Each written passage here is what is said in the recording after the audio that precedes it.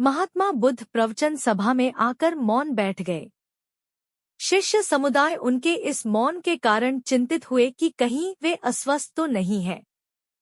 आखिर एक शिष्य ने पूछ ही लिया, भंते, आप आज इस तरह मौन क्यों हैं? वे नहीं बोले तो दूसरे शिष्य ने फिर पूछा, गुरुदेव, आप स्वस्थ तो हैं?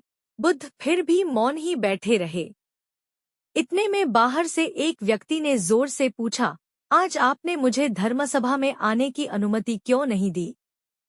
बुद्ध ने कोई उत्तर नहीं दिया और आंखें बंद कर ध्यानमग्न हो गए।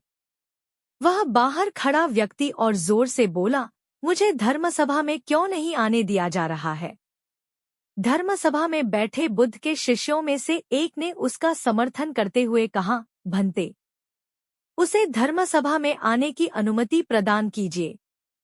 महात्मा बुद्ध ने आंखें खोली और बोले, नहीं, उसे अनुमति नहीं दी जा सकती है क्योंकि वह अछूत है।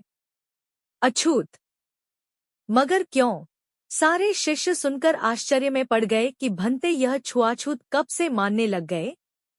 महात्मा बुद्ध ने शिष्य समुदाय के मन के भावों को ताड़ते हुए कहा, हाँ, वह अछूत है। वह आज अपनी पत्नी से लड़कर आया है। क्रोध से जीवन की शांति भंग होती है।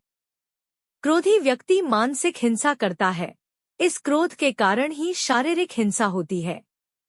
क्रोध करने वाला अछूत होता है क्योंकि उसकी विचार तरंगे दूसरों को भी प्रभावित करती हैं।